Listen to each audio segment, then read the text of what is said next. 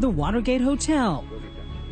But this simple storage unit may soon claim its own place in the criminal history of Washington, D.C. This is the place. Where did you put the recorder? I had the recorder right here behind that plastic bin. It was right here that this woman, speaking on camera for the first time, set up a bizarre amateur sting operation which would upend one of D.C.'s most famous murder cases, and she says endanger her own life. I honestly thought, he's going to kill me. We're talking about the notorious Chandra Levy case. This case had everything. It had power, it had sex, it had the nation's capital, it had a young woman on the rise. And now, because of this woman, the man once convicted of the murder will walk free. Do you regret making those recordings? I had that recorder because my gut instinct told me something was really wrong and something terribly could happen. Tonight, for the first time, you'll hear her story. Hear from that suspected killer himself. We're on our way to meet the man many are convinced attacked and killed Chandra Levy. And something else you've never heard. Sorry, I haven't heard from you. Actual voicemail recordings from the congressman at the center of Chandra's story. It's 11:45. Sorry, I've been tied up the last 2 days. So you already know that. In fact, we'll begin right there with what Condit left on 24-year-old Levy's home answering machine on a night in early May 2001. Maybe you're out of the country or something. Anyway, give me a call to pick up this message. The Democrat of Central California is wondering where Chandra is, and he's not the only one. I called up, and then she didn't answer. Bob Levy, an oncologist, and wife Susan are expecting their 24-year-old daughter back home in Modesto, California.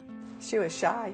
She really liked being at home. Yet her daughter was ambitious, dreaming of a career in law enforcement. You sound like you're very content with the program and everything. Oh, yeah. She'd even volunteered at her local police department before heading to the nation's capital. She got the internship at the Department of Prisons there, and I think she was interested in going to the FBI. The FBI would be in Chandra's future, but not in the way she imagined. After 9 months in D.C., the internship is over.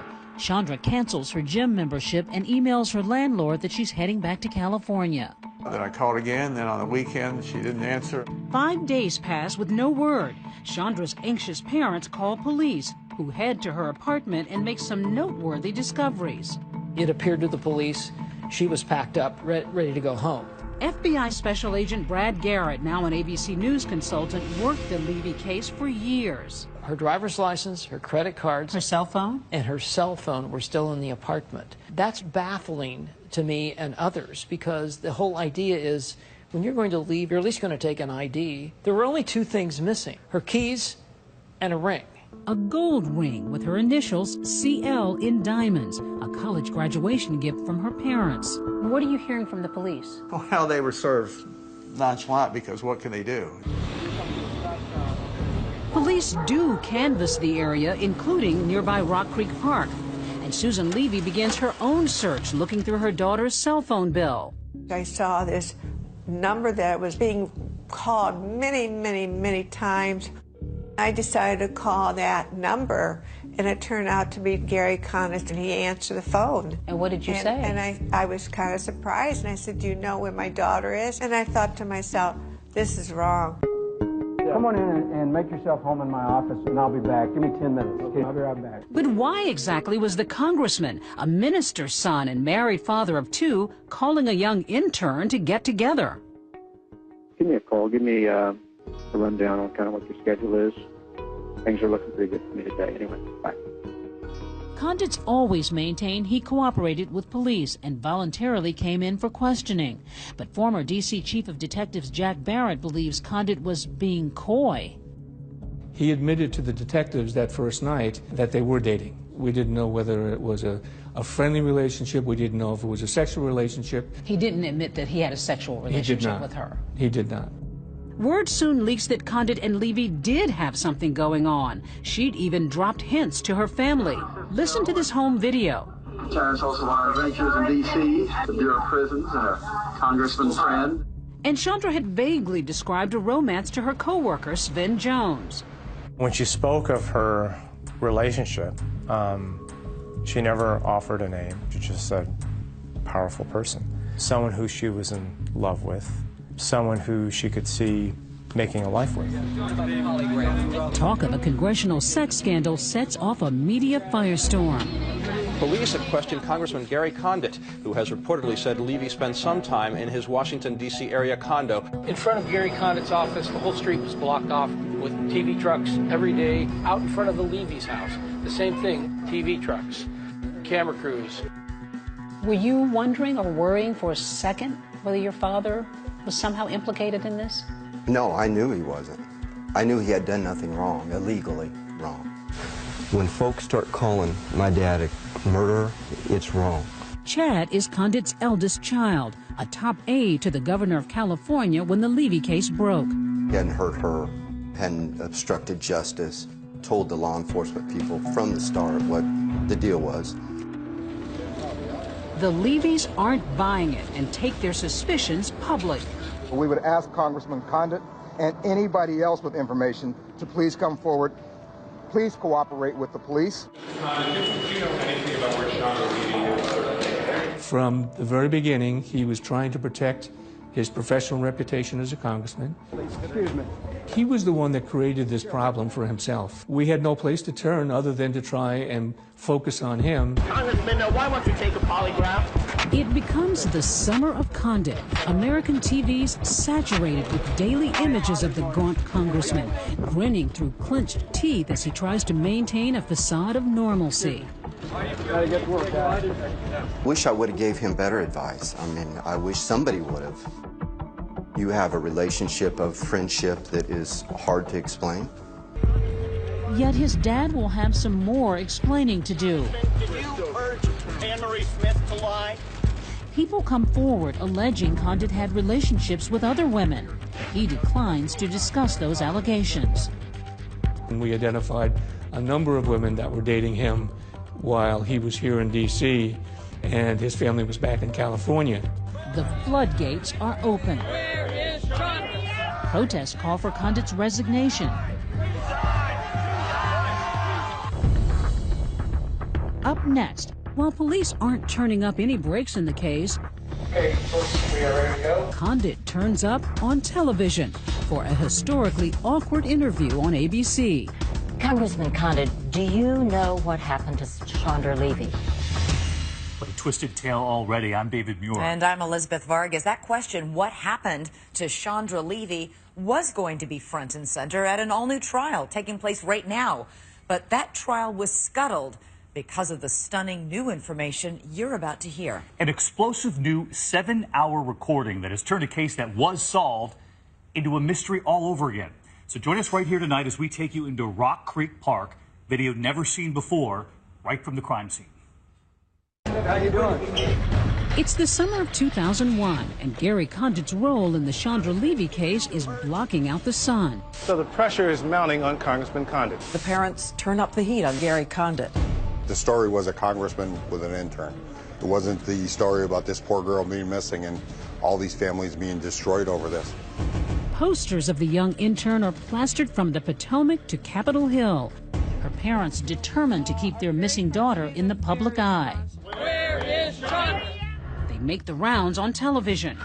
We just want her back. But it's not easy to maintain a brave face. Help us.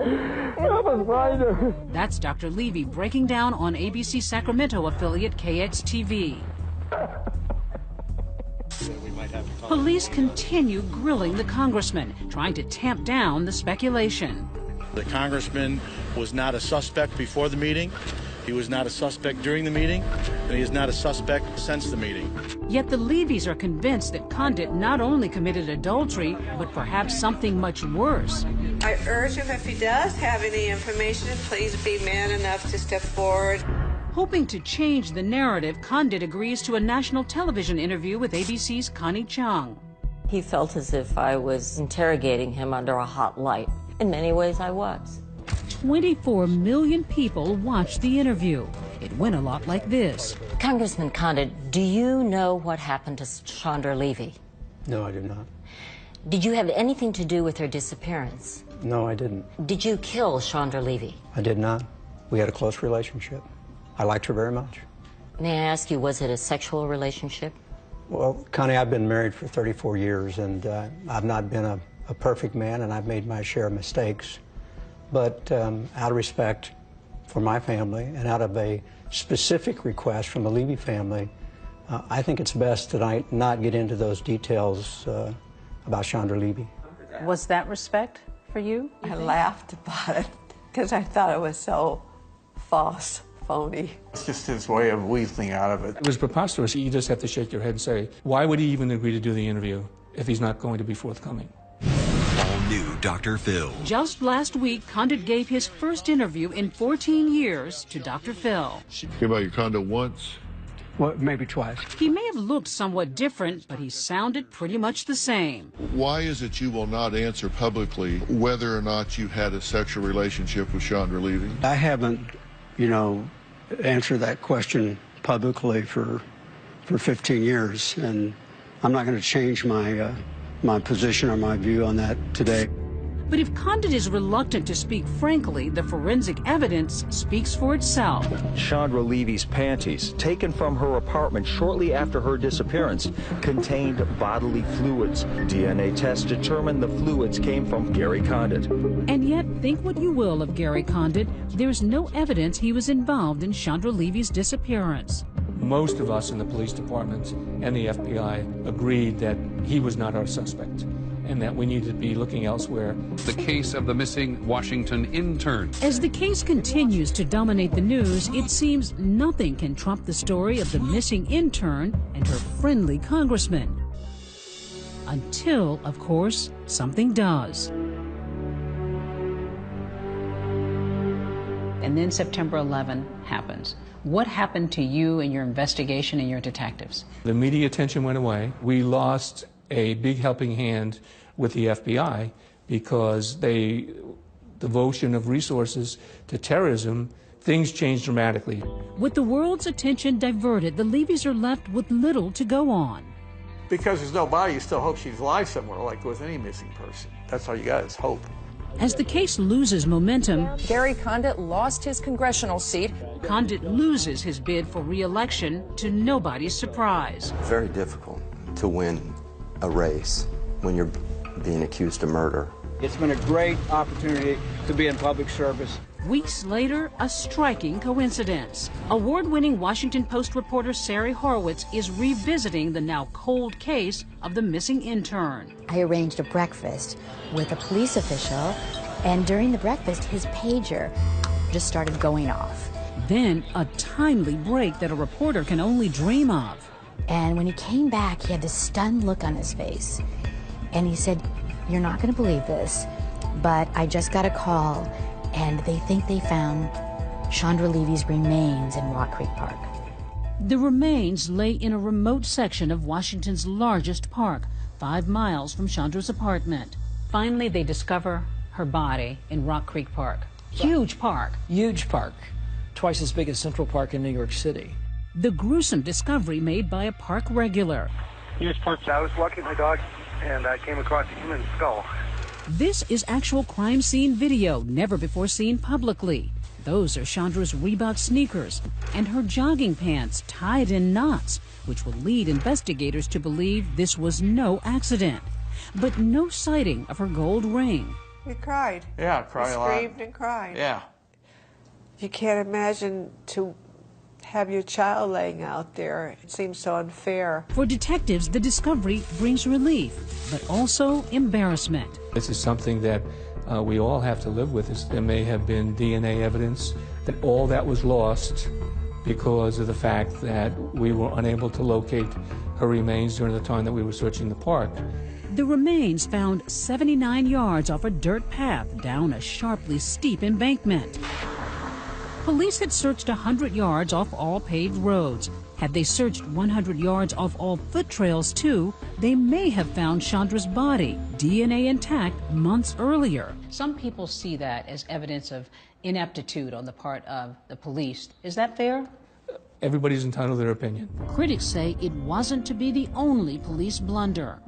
Days after Levy's disappearance, an untrained officer tried going through her computer and accidentally corrupted the data, which would have shown Levy had researched Rock Creek Park. And on top of that, another oversight at her apartment building. What about the surveillance camera of her building? So many times people look to see who came and went in a building. Things like surveillance cameras, unless you go and initially grab them or tell the management to hold them, they erase or disappear. And unfortunately, that's what happened in this case. At least now the Levys can have a memorial and lay their beloved daughter to rest. She was a quiet but very powerful force, very smart, funny. I felt like she was going somewhere. It was just really disheartening. When we come back, police find more secrets in the park and set sights on a new man. Will there be justice for Chandra? When we get 2 attacks on women by a guy with a knife in a short distance to where Levy's body was found, that stands out like a neon sign. And for the first time, the voice of the witness who could both make and break the case. He told me he didn't know he killed her. It was an accident. 2020 continues with mystery in Rock Creek Park. Sprawling Rock Creek Park in Washington, D.C. With its 2,000 acres of lush trees, quiet streams, and wildlife, a perfect place for a walk or a crime. Look at how remote this is. It's quiet. There aren't any other witnesses. So this is an ideal spot for a predator to attack somebody. Yeah, this is right off the beaten path. Dr. Kim Rusmo maps murderers. This is the apartment building near DuPont Circle where Chandra Levy lived. This is where Chandra Levy's remains were found. His title, Geographic Profiler. His job, analyzing every location in a crime. I think she followed up the path here, and then she was attacked, and her body was found here. Decoding the patterns that can crack a case. We break a crime down to its constituent parts. So for a murder, we're going to have an encounter, the place where the offender first sees the victim. Then we're going to have the point where he first attacks her. Then we have the actual murder scene itself. Then finally, we have where the body gets disposed of. Rusmo was brought into the Chandra Levy case by the D.C. Metro Police and the FBI after focus shifted away from Congressman Gary Condit. We made it pretty clear to the prosecutors that we didn't think that Condit had anything to do with it. Instead, police gradually retrained their focus on this man who'd been arrested for attacking 2 female joggers in the park just 2 months after Chandra's disappearance. Not enough attention was being paid to a suspect who was hiding in plain sight. Both attacks occurred in similar park locations. Same sort of path, same sort of slope. This is probably even steeper, same sort of isolation. Both women fought off their assailant and survived. The first female jogger, the one who was attacked about 700 yards from where Levy's body was found, said she saw Gwandike in the Pierce Mill parking lot. And if you look at where Chandra Levy lived, the logical route would have taken her right through the Pierce Mill parking lot. So who's the predator in the park? His name? Ingmar Gwandike, a 19-year-old undocumented construction worker from El Salvador. He had alcohol problems, he had cocaine problems. Sari Horowitz and her Washington Post colleague Scott Hyam published an explosive series of articles questioning why the Metro PD hadn't pursued Gwandike harder in the Levy case, given his disturbing M.O. He would sit at a park bench and he saw a certain type of female, that something inside of him would compel him to give chase. He would sprint up behind them, grab them around the neck, and pull them off the trail. I'd seen an article in the Washington Post that talked about this guy called Gwandike who attacked 2 women in the park. The microgeography was identical. So I was curious, how had they dismissed him? Why would somebody who attacked a woman and possibly even killed her come back to the same area and attack 2 more women right after that? Because it worked for him. Gwandike's hit with a 10-year sentence for the attacks. But now, after those scathing Washington Post articles, police look at the Levy case with fresh eyes, zeroing in on Gwandike's activity around the time Chandra vanished. We know he didn't go to work on May the 1st. We know that he had marks on his face following the disappearance of Levy that he gave inconsistent explanations for. But you can only solve a crime through a confession, physical evidence, or a witness. But there's nothing to actually tie him to Chandra Levy. Unfortunately, One of the best means of finding physical evidence from the body had been lost because of its decomposition. But all is not lost. Coming up, police find something. Make that someone who they say will finally connect Wandike to Chandra Levy. The arrestee is Ingmar Wandike. And still to come, what role does this woman, an extra from House of Cards, and her secret 7-hour recording have to do with the case? I feel like I'm in the House of Cards. It's been nearly a decade since Chandra Levy's disappearance, and now prosecutors finally bring murder charges against Ingmar Wandike and take him to trial. The Chandra Levy trial is set to begin today. A case that once riveted the nation. What was it like for you being at that trial? It wasn't easy. Cameras aren't allowed in the courtroom, but the emotional testimony from 2 female joggers who survived Wandike's attacks take the gallery's breath away. It's almost like Chandra is testifying through these women on the witness stand. Gary Condit has been diligently avoiding the spotlight, but now finds himself right back in the middle of it. Mr. Condit, anything you want to say? Called to testify, he heads to court with a media circus in tow. I think he was kind of the elephant in the room, and they needed to demystify him. Former U.S. Attorney Tim Hapey prosecuted cases in the D.C. office. It would have been too easy if he were a silent presence for the defense to suggest directly or subtly that he was the real culprit. A Condit sighting always makes headlines, but now prosecutors are hanging their case on a secret weapon. Today's one of the prosecution's star witnesses.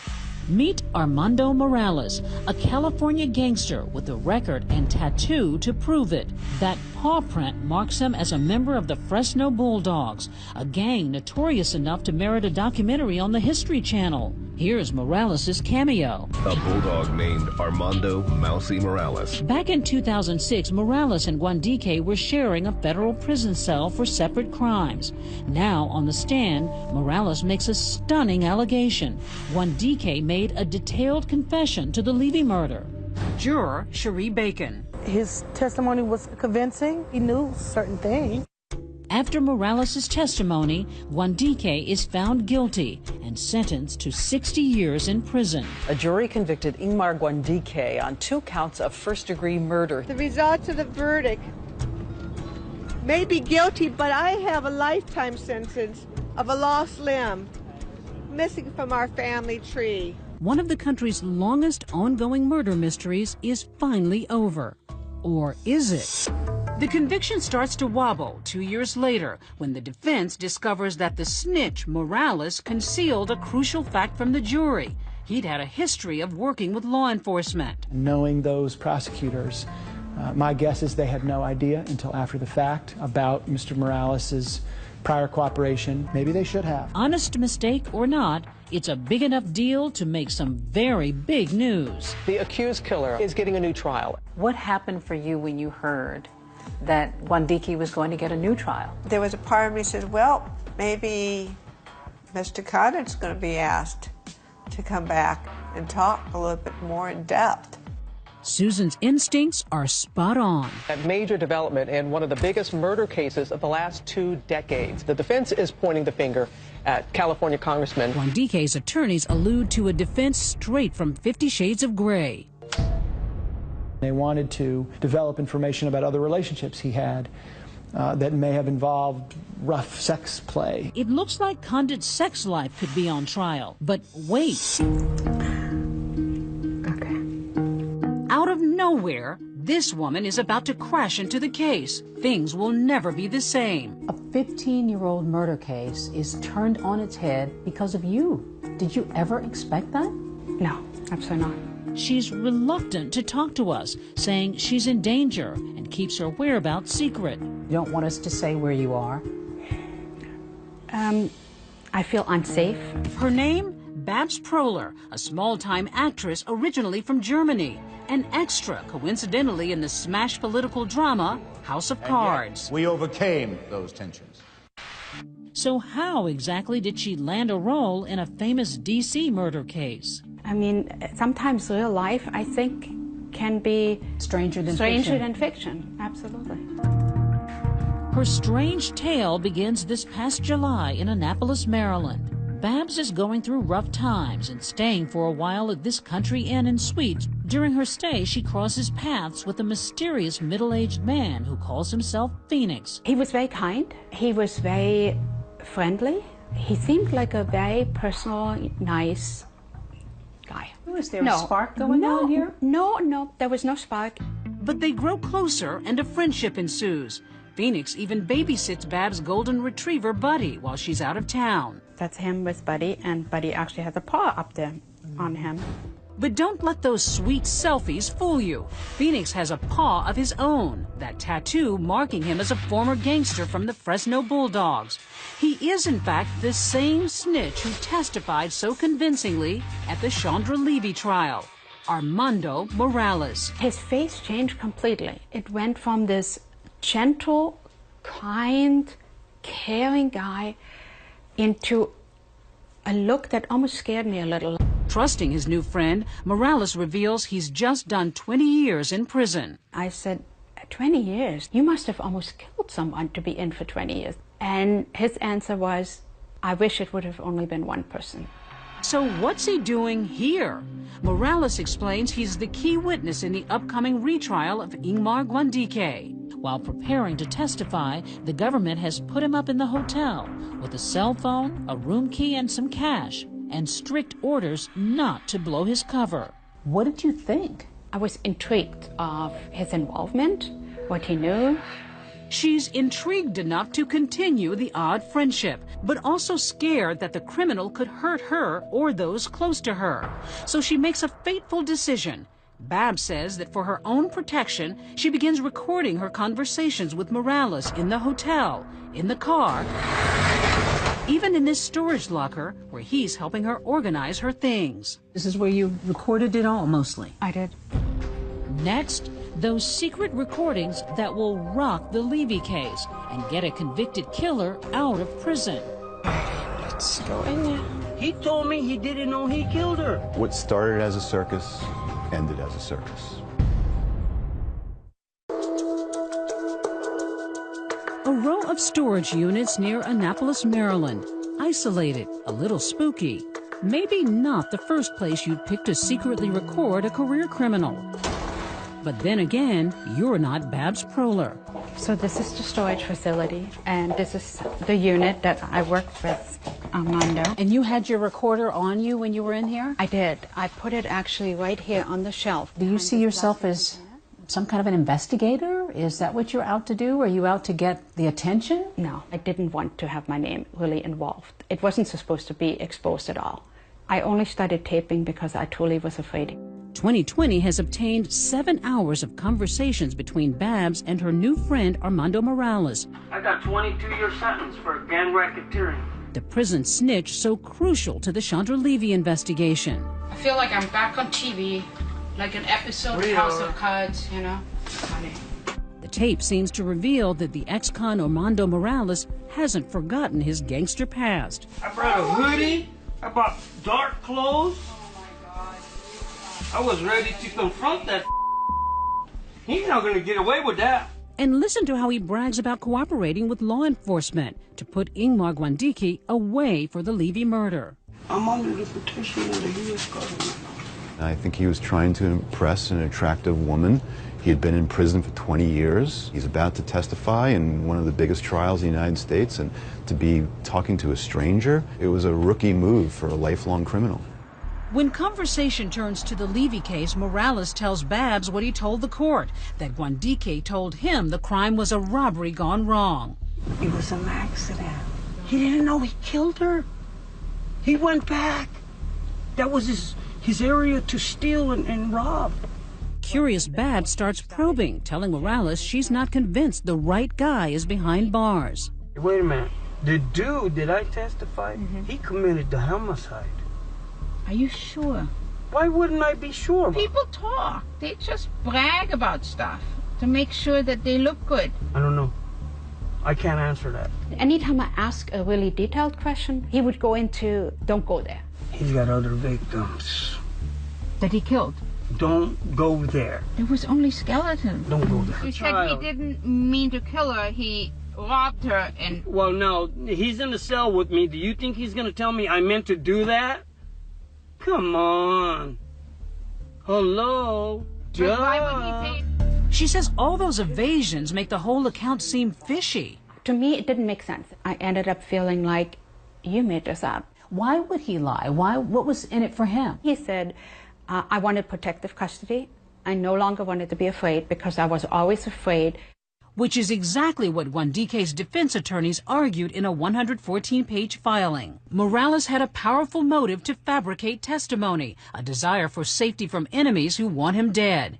Plus, Proler says, Morales may have hoped the feds might help him dodge a murder rap of his own back in California. He said in Fresno he was involved in a gang-related murder that they're trying to pin on him, but that's being handled. Aren't you terrified hearing somebody describe how they killed people? Absolutely. Scared out of my mind. Morales might be protected by the government and Proler might be in danger. But for whatever reason, she keeps pressing record and keeps pressing Morales. Finally, she claims her persistence pays off. Morales cracks, admitting he fabricated Wandike's confession. And then he says, you know what? The prosecutors wanted me to lie. They knew they had the right guy. They just needed somebody to say it. He said that to you? Yes. And you had that on a recording? Of course, we wanted to hear that part of the recording, but get this, after repeatedly assuring us it exists, Proler has not produced it. Prosecutors have categorically denied what they call baseless allegations. Some people would say you have credibility issues. Make that legal issues too. We've discovered Proler has a checkered past. The suggestion is that you've had aliases, that you've had sort of a sketchy past yourself. No. I was married twice, and I had my name officially changed after the divorce. There's also an accusation of theft. What about the theft? Were you charged? I was charged. Enough to earn her 3 years probation. Some would say you're a scam artist. True? I've never taken anything from anybody. I have not taken money. What am I trying to scam out of this? Okay, maybe it was just a passion for justice that then drives Proler to reach out to Chandra Levy's mom, Susan. What did she say? Morales lied about Wandike's confession. And what are you making of this? And I thought, oh my God, this is so weird. Why don't you send a tape for both the prosecutor and the defense team? You send it to them. The prosecutors met with me first. They couldn't have liked this. No. But if prosecutors listened to the same recordings we did, they didn't hear Morales confessing. They heard him sticking to his original story. He told me he didn't know he killed her. It was an accident. He didn't recant his testimony. In fact, he doubled down on his testimony. Morales' attorney tells 2020 he never told Babs he made up the confession. Despite all that, this past July, the bombshell detonates. There is a stunning turn tonight. Prosecutors suddenly dropping murder charges. The U.S. Attorney's Office drops the case, releasing a tersely worded statement. The office has concluded it can no longer prove the murder case against Mr. Wandike beyond a reasonable doubt. The multi-million-dollar question, why would they drop the Chandra Levy case? Clearly something occurred which probably eliminated Morales as a witness. On those tapes, he brags a lot about his thug life and his life as a criminal. Oh, they send some people to shoot up all the car dealers' businesses.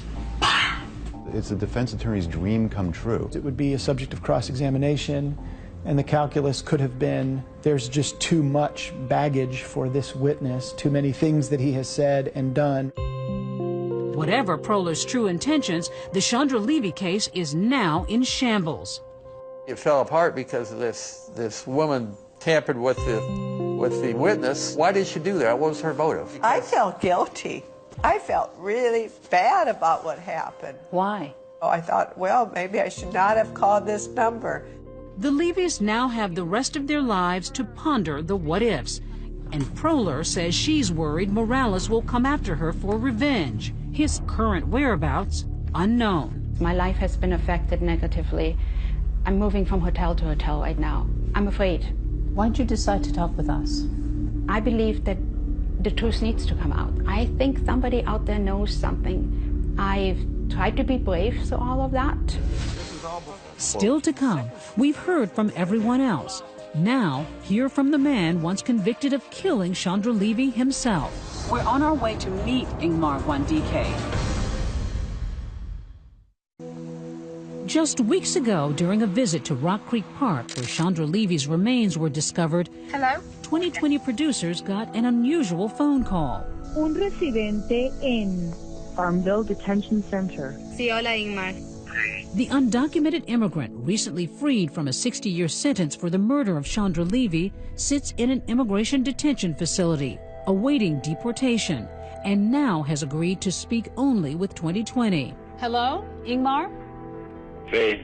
Immigration and Customs Enforcement has a strict no-camera policy in their facility, so we give Wandike a call. Have you ever harmed a woman? Have you ever shoved or hit a woman? Mire, cuando a mí yo caí preso, ¿verdad? Por haber atacado a dos mujeres. This could be your last chance to set the record straight. Did you attack Chandra Levy? Yo nunca conocí a Chandra Levy, nunca tuve un contacto con ella y nunca tuve comunicación con Chandra Levy. Did you confess to Morales? Nunca, con hermano Morales, nunca hablé nada de Chandra Levy. Yo soy inocente de todo lo que me acusaron de Chandra Levy. He sounds a bit rehearsed, so we decide to fly down to the highly secured detention facility in Farmville, Virginia, to look Wandike in the eye. We're about to sit down with Wandike. I'm going to show him a picture of Levy and ask him face to face if he killed her. Inside, he continues to maintain his innocence, saying he's found salvation for his previous crimes. Wandike seemed anxious to talk to us. He was filled with lots of details about why he's innocent. And of course, he denied that he ever touched or killed Chandra Levy. 15 years after Chandra Levy first went missing, here's where things stand today. The prime suspect, Ingmar Wandike, wants to stay permanently in the U.S.